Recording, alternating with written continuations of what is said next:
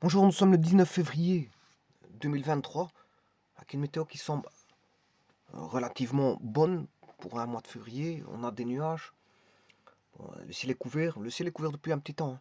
Hier, on a eu un petit peu de fine pluie avec du grésil, mais toute activité sportive est possible par un temps pareil, parce qu'il fait pas si grand froid. Quoique bon, le temps est variable. Le temps est variable. Une fois, il fait un peu plus froid. Parfois, on a une hausse de température de 1 ou 2 degrés, puis ça redescend. Non, ça fluctue et ça fluctue et en tout cas, il fait pas si froid pour un hiver. Ce qu'il y a, c'est qu'on constate, c'est tout simplement que le ciel est chargé de nuages et qu'il risque de pleuvoir d'un moment à l'autre. Enfin, je dirais plutôt d'un moment à l'autre. Alors, ceci étant dit, je vais faire un petit exercice ici qui va concerner un triangle rectangle. Alors, comment note-t-on qu'un triangle rectangle? C'est au travers de son angle droit. Il y a des symbolismes tout faits. Par exemple, celui-ci, qui indique qu'on a un angle droit. Alors ici, le triangle rectangle qui est pris en compte. Il y a un autre symbolisme, hein. Il y a un autre symbolisme qui est comme ceci. Bon, un petit instant.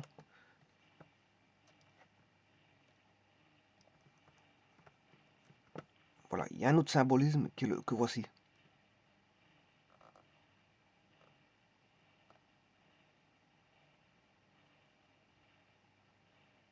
Bon, ça veut dire aussi qu'il y a un angle droit. Bon, l'un ou l'autre, c'est bon. Mais en tout cas, vous devez mettre ça parce que si vous faites une démonstration et que vous ne mettez pas ce symbole-là, il n'est pas dit que le triangle rectangle, hein. En mettant ça, vous êtes sûr et certain que le triangle rectangle. Le symbolisme dénote que vous avez forcément un triangle rectangle. Alors, ceci dénote qu'on a un triangle rectangle. Alors, le triangle rectangle, voici. Alors, il y a des relations qui existent dans le triangle rectangle, d'innombrables relations, il n'y en a pas qu'une seule. Il n'y a pas que Pythagore, il y en a beaucoup. Eh bien, au niveau des angles, on sait voir si un triangle est rectangle, au niveau des angles. Alors, triangle rectangle, ça veut dire qu'un angle fait 90 degrés. Alors, 90 degrés, c'est exprimé en degrés. On pourrait exprimer en autre unité d'angle, par exemple en radian, pourquoi pas. Pourquoi pas. Alors, en radian, c'est pi demi radian. Alors, radian, c'est RD ou RAD, ça dépend. Faut regarder les vraies unités, hein. Bon, du système de mesure, il y a un symbolisme bien précis pour le radian. Ici, bon, j'utilise RAD. Alors, l'angle droit, je l'ai noté en orange, et ce qui fait dire que on a deux autres angles. Bien sûr, on a le rectangle va créer ce qu'on appelle des secteurs angulaires. Enfin, le fait d'avoir mis ici, voici un secteur angulaire, voilà, qui va jusqu'ici. Ça, c'est un secteur angulaire, il crée une zone. On a une zone. Ensuite, on a un deuxième secteur angulaire, que voici, voilà, qui crée une seconde zone. Et en fait, on a la troisième zone avec l'angle dénommé alpha.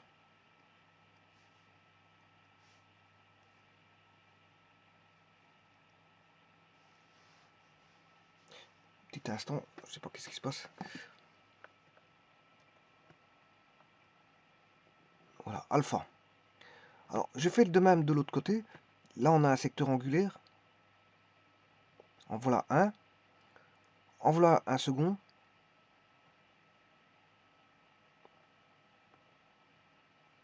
Jusqu'ici.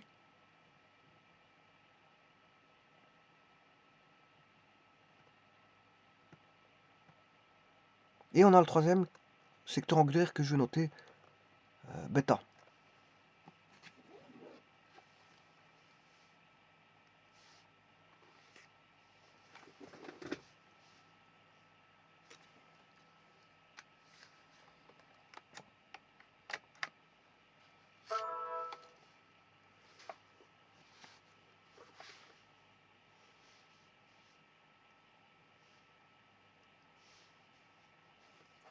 Bon, j'ai un petit problème technique, bon, enfin bref, je vais résoudre ça par après. En attendant, je vais écrire J'ai un petit problème technique informatique que je vais résoudre par après. Bon, ceci étant dit, donc il y a dans un triangle, comme son nom l'indique, triangle, il y a 3 angles. Alpha, bêta et gamma. Alors, le gamma, vous aurez compris que c'est l'angle de 90 degrés. On a toujours 90 degrés dans un triangle. Pourquoi triangle rectangle? Parce qu'il provient de la découpe d'un rectangle, au travers de sa diagonale, de la diagonale. Alors, le triangle est rectangle, ici je peux l'appeler A, le sommet A, le sommet B et le sommet C. Alors, qu'est-ce que c'est que ces sommets? Ces sommets sont les sommets du secteur angulaire. Voilà, qui va donner alpha, le sommet du secteur angulaire qui va donner bêta.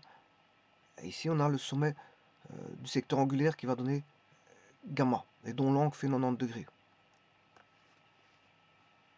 Alors, on peut écrire différentes façons. A, B, C, l'amplitude fait 90. Ou je peux écrire que l'angle gamma égale 90 degrés. Ou encore que l'angle B égale 90. Bon, c'est toutes des écritures un petit peu similaires. C'est toutes des écritures similaires. C'est ce qui dénote que, bon, on a un angle de 90 degrés en B, au sommet B.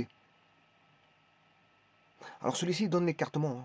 Vous avez les écartements, on voit bien le secteur angulaire. Celui-ci, le secteur angulaire est donné directement par une lettre grecque. Et là, on représente que le sommet, simplement le sommet. Bon, c'est 3 façons d'écrire des angles. Alors maintenant, comment savoir si le triangle est rectangle? Il existe différents théorèmes, et notamment différentes relations dans le triangle rectangle. Notamment, on connaît ce qu'on appelle le théorème de Pythagore et sa réciproque, qui permet de voir si un triangle, déceler si un triangle est rectangle ou pas. Mais il y a des autres relations. Alors, une des relations, c'est celle-ci. Voilà, montrer que le triangle est rectangle quand on a tangente alpha fois tangente gamma égale 1. Il faut prouver ça, bien sûr. Alors, avant toute chose, je vais écrire les correspondances. Après, je ferai la démonstration. Ou je vais le montrer. Je vais le montrer. Alors, pour ça, je vais créer un triangle rectangle. Je vais mettre un,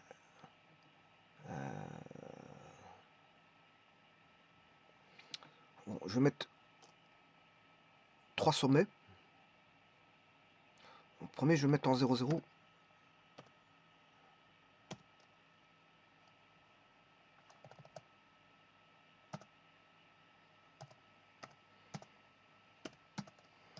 Voilà, un premier sommet que j'appelle A. Le second, je vais le mettre en 4, 0. Et le second, je vais le mettre en 5, 0.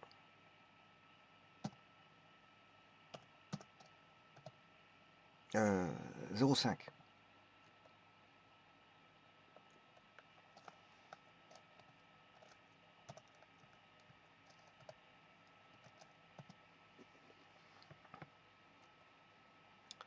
Alors, on va prendre un segment qui va relier AC.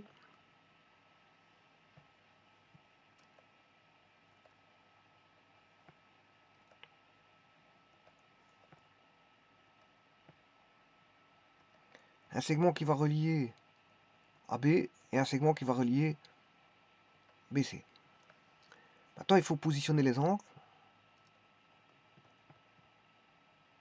J'ai un premier angle ABC. Vous voyez qu'il est rectangle, il a mis le symbole de rectangle.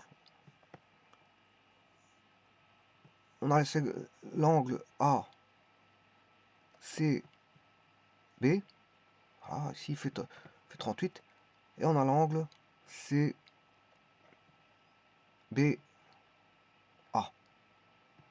Alors là, je vais juste mettre les angles à l'intérieur ici. Alors ça c'est un premier angle. Ici, on voit bien que l'angle fait 90, d'ailleurs il y a le symbolisme adapté. Et le troisième angle ici. Et bien, maintenant je vais faire un produit des tangentes.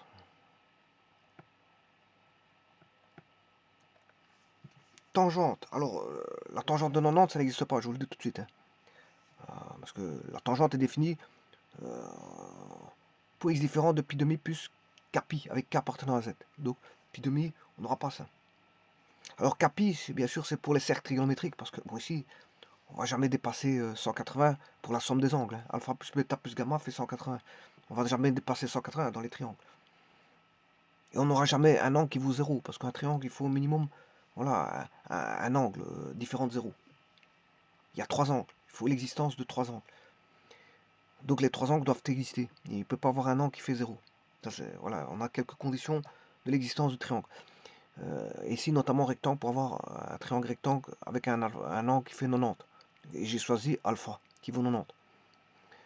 Alors, si je prends la tangente d'alpha, bon, elle est non définie, c'est normal parce que, comme je viens de vous dire, c'est pas défini.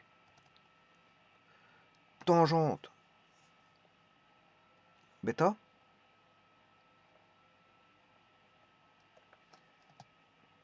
elle est définie, et tangente gamma est définie.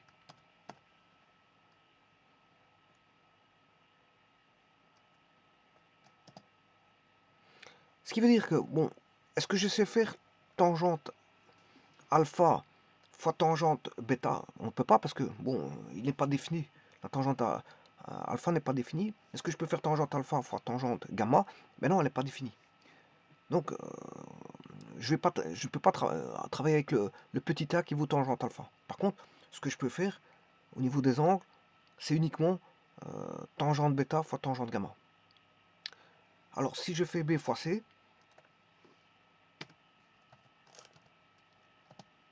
eh bien, ça fait 1. Et comme ça, on peut voir que le triangle est rectangle. Le fait que ça fasse 1. Donc, vous voyez qu'il n'y a pas que la relation de Pythagore qui dit que un triangle rectangle, qui peut signifier qu'un triangle est rectangle ou pas. Ici, rien qu'avec la relation des angles à gamma et bêta, des angles différents de 90, de l'angle différent de 90, ben, avec les deux angles, qui sont des angles en fait aigus. Voilà. Pourquoi? Parce que la somme des angles dans un triangle fait 180 degrés. Bon, il y a déjà un angle de 90, 180 moins 90, ça fait 90. Donc ça veut dire que les deux autres angles doivent faire 90. S'il doit faire 90, c'est qu'on a deux angles aigus. Donc le produit des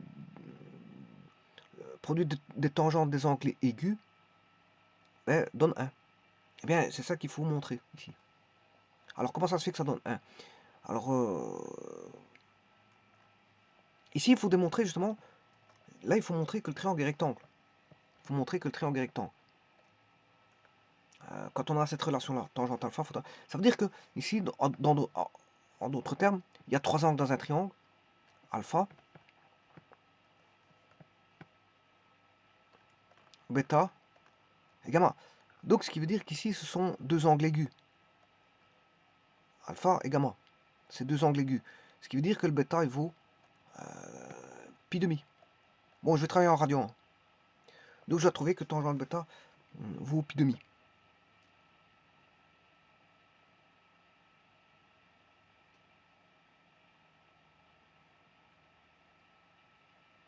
Et donc là, si pi demi, on a bien un triangle rectangle, hein, parce que bêta vaut 90. Donc on a un triangle rectangle. Alors comment démontrer ça? Ben justement, c'est le but de la vidéo.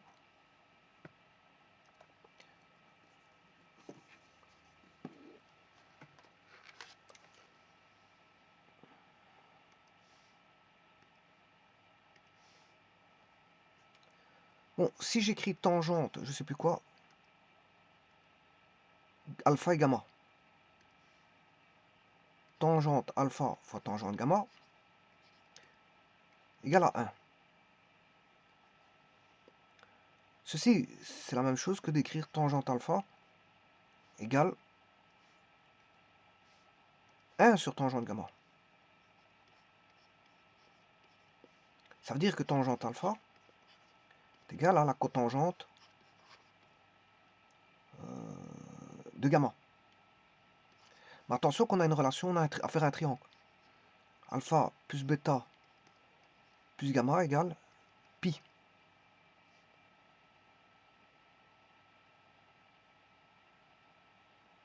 Sachant que là, ici, on a affaire à Quand est-ce que la tangente est égale à la cotangente? Quand les angles sont complémentaires. Les deux angles là sont complémentaires. Parce que la tangente est égale à la cotangente. Donc ça veut dire que tangente alpha est égale à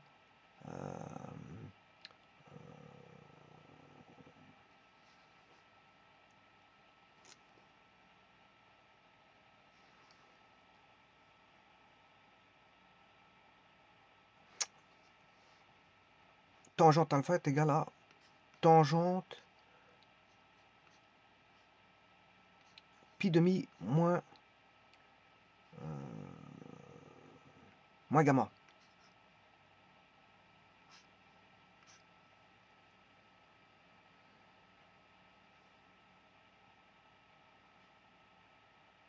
Enfin, ici, je me suis mal exprimé. C'est ça que je suis en train de reprendre, réfléchir sur ce que je viens de dire. Ce que je voulais dire, c'est qu'ici, je vais transformer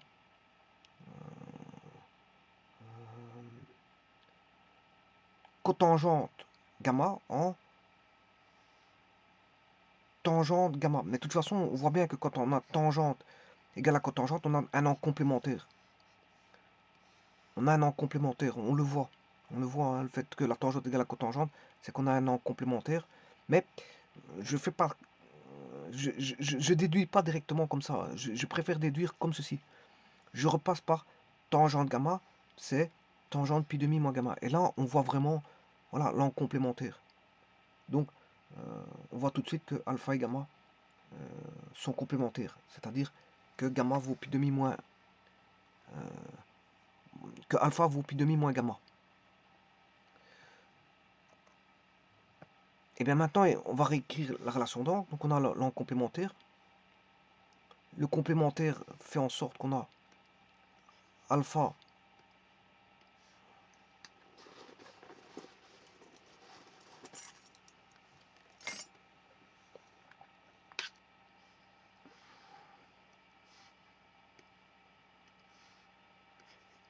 alpha égale pi demi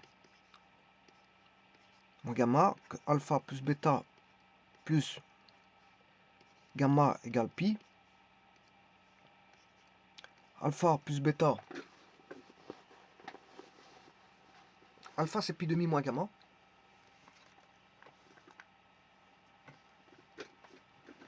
Alpha c'est pi demi. Donc les relations elles sont là. Hein. Je vais manipuler la première et la seconde. Voilà. Donc ces deux équations simultanément, je vais en écrire qu'une seule qui va s'écrire. Donc alpha c'est pi demi moins gamma. Je fais une substitution.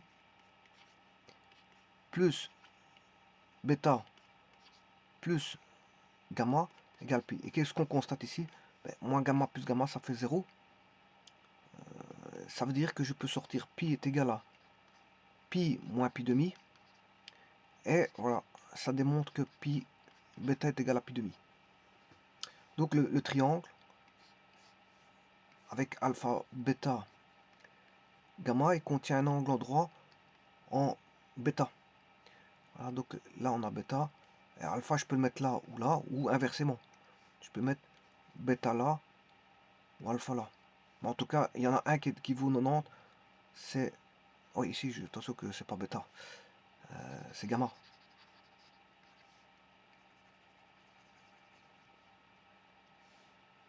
Donc alpha, gamma, ou inversement, alpha, je peux mettre l'angle alpha ici, gamma ici. Mais en tout cas, il y a un angle droit qui est en bêta. Ici, l'angle droit est en bêta. Donc ce qui veut dire que quand vous avez la relation ici, tangente alpha fois tangente gamma, ça veut dire que bêta vaut pi demi dans un triangle. Donc on a un angle droit et donc le triangle est rectangle en bêta.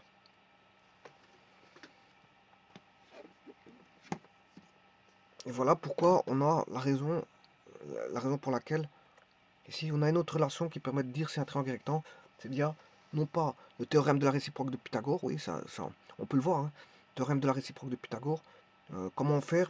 Il suffit de voir qu'on a la relation de Pythagore, et si on a la relation de Pythagore, bien, c'est-à-dire qu'on a la distance AB au carré plus la distance AC au carré. Voilà. On a 41, ben ça doit faire l'hypoténuse au carré.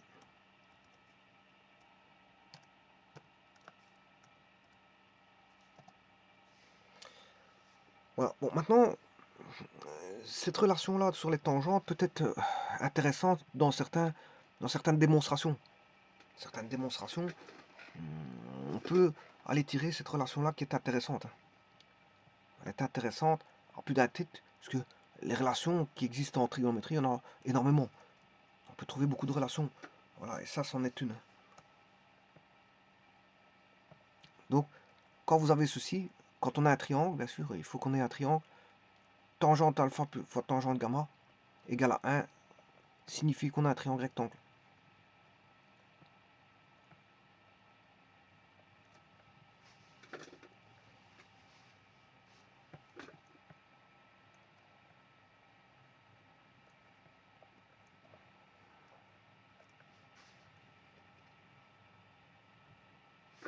Je vous remercie.